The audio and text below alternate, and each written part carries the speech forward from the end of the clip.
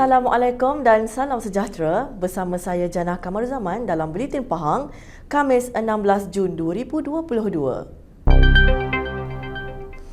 Kerajaan Pahang terus melebarkan keprihatinan dan tanggungjawab terhadap rakyat melalui bantuan Prihatin Pahang 2022 yang ditambah kepada 4 lagi kluster termasuk kluster apresiasi yang memperuntukkan bantuan khas untuk veteran tentera dan bekas polis.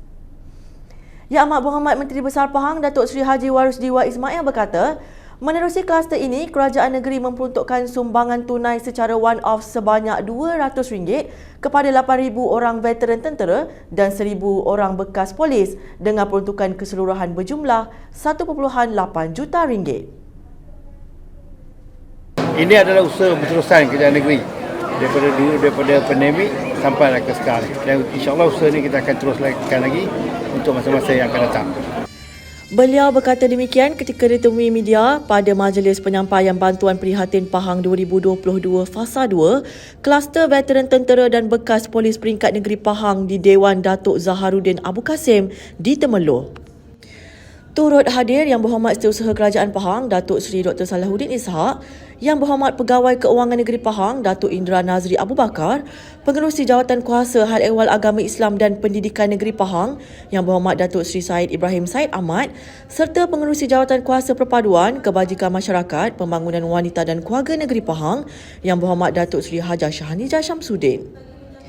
Dalam pada itu, Datuk Seri Haji Warusdi menggambarkan bahawa jumlah bantuan berkenaan bakal dinaikkan pada masa akan datang selepas kedudukan keuangan negeri menunjukkan peningkatan yang memberangsangkan.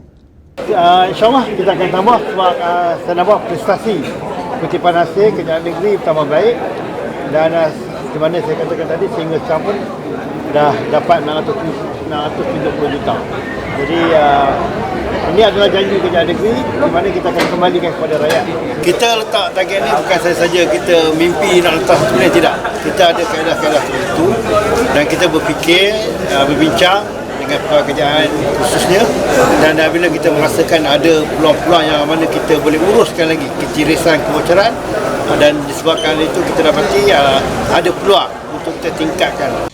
Beliau turut menyatakan rasa yakin untuk mencapai sasaran hasil berkenaan selepas pencapaian hasil yang menunjukkan peningkatan berterusan sebelum ini, iaitu RM866 juta pada tahun 2021, RM850 juta pada tahun 2020 dan RM843 juta pada tahun 2019. Kerajaan Pahang memohon kepada Kerajaan Persekutuan agar dapat membangunkan satu formula yang adil dan mudah untuk menyegerakan proses bayaran pampasan secara tunai atas komitmen negeri ini mengekalkan hutan simpan. Yang Amat Berhormat Menteri Besar Pahang Datuk Seri Haji Warusdi Wak Ismail berkata, Pahang merupakan negeri yang menjadi penyumbang terbesar kawasan berhutan di semenanjung Malaysia dengan keluasan 2.04 juta hektar. Beliau berkata ketika ini Pahang mempunyai hutan simpan kekal HSK berkeluasan 1.6 juta hektar, manakala kawasan berhutan di negeri ini adalah seluas 2.04 juta hektar yang mewakili 57% keluasan negeri Pahang yang berkeluasan 3.6 juta hektar. Menurut beliau, kawasan hutan simpanan kekal ini merupakan kos lepas kepada kerajaan negeri yang menunjukkan komitmen dan kesungguhan kerajaan negeri dalam mengekalkan kawasan berhutan serta mewarta tambahan hutan simpanan kekal dan hutan tadahan air. Beliau berkata demikian ketika berucap pada Majlis Perasmian Persidangan Perhutanan Malaysia ke-19 tahun 2022, Adapting Forestry to New Reality di Hotel Zenith di Kuantan. Turut hadir Menteri Tenaga dan Sumber Asli Yang Berhormat Datuk Seri Taqiyuddin Hassan, Yang Berhormat Setiausaha Kerajaan Pahang Datuk Seri Dr. Salahuddin Ishak, Ketua Pengarah Perhutanan Semenanjung Malaysia Yang Hormat Datuk Indra Muhammad Rizal Awang, Ketua Konservator Hutan Jabatan Perhutanan Sabah Yang Berbahagia Datuk Frederick Kugan, Pengarah Jabatan Hutan Sarawak Yang Berbahagia Datuk Hamdin Haji Muhammad dan Pengarah Jabatan Perhutanan Negeri Pahang Yang Hormat Datuk Dr. Muhammad Zihamri Muhammad Yassin. Beliau juga berkata kerajaan Pahang juga telah mewartakan tambahan hutan simpanan kekal seluas 7,641.44 hektar dan hutan tadahan air seluas 780.94 hektar pada tahun lepas bagi memperbaiki fungsi dan peranan koridor ekologi Central Forest Mine bagi kawasan tadahan air serta flora dan fauna. Menurut beliau, kerajaan negeri juga bersetuju mewartakan tanah kerajaan yang telah dikenal pasti di kawasan sempadan, membabitkan sempadan Pahang dengan Kelantan, Perak, Selangor, Negeri Sembilan dan Johor sebagai hutan simpanan kekal yang dikenali sebagai sempadan hijau sepanjang kira-kira 26.8 km dengan keluasan 557.585 hektar.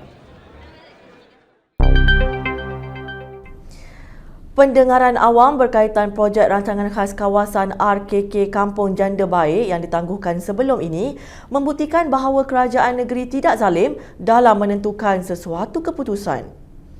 Yang Amat Berhormat Menteri Besar Pahang Datuk Seri Haji Warusdi Wan Ismail berkata, ia ditangguhkan selepas menerima bantahan berikutan kajian teliti yang lebih menyeluruh perlu dilakukan terlebih dahulu bagi mengetahui lebih mendalam tentang perkara terbabit. Bila ada bantahan-bantahan tersebut, saya ingin tahu lebih mendalam lagi lah. Jadi ini adalah proses biasa dan sebagai kerajaan yang bertanggungjawab, sebab ada yang mengatakan bahawa ada tanah yang telah mereka duduk daripada nenek moyang akan ambil ada kerja. Ini tidak benar dan kita pun tak nak mengambil membuat kerja-kerja yang begitu. Ya. Kalau kita ambil pun mesti mendapat persetujuan dengan pemilik tanah.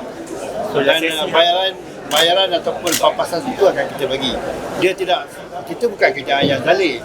Dan insyaAllah kalau sekiranya perkara ini merugikan orang ramai, mendatangkan kesusahan kepada orang ramai, menyusahkan orang ramai, publik, kita tidak akan buat tindakan yang menyeluruh. Jadi kita perlukan satu kajian yang menyeluruh dan lebih detail.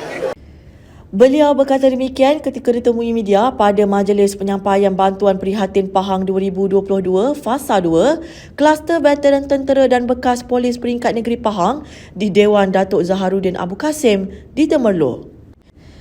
Turut hadir Yang Berhormat Setiausaha Kerajaan Pahang Datuk Seri Dr. Salahuddin Ishak, Yang Berhormat Pegawai Keuangan Negeri Pahang Datuk Indra Nazri Abu Bakar, Pengerusi Jawatan Kuasa Hal Ehwal Agama Islam dan Pendidikan Negeri Pahang Yang Berhormat Datuk Seri Syed Ibrahim Syed Ahmad serta Pengerusi Jawatan Kuasa Perpaduan Kebajikan Masyarakat Pembangunan Wanita dan Keluarga Negeri Pahang Yang Berhormat Datuk Seri Hajah Shahnizah Syamsuddin.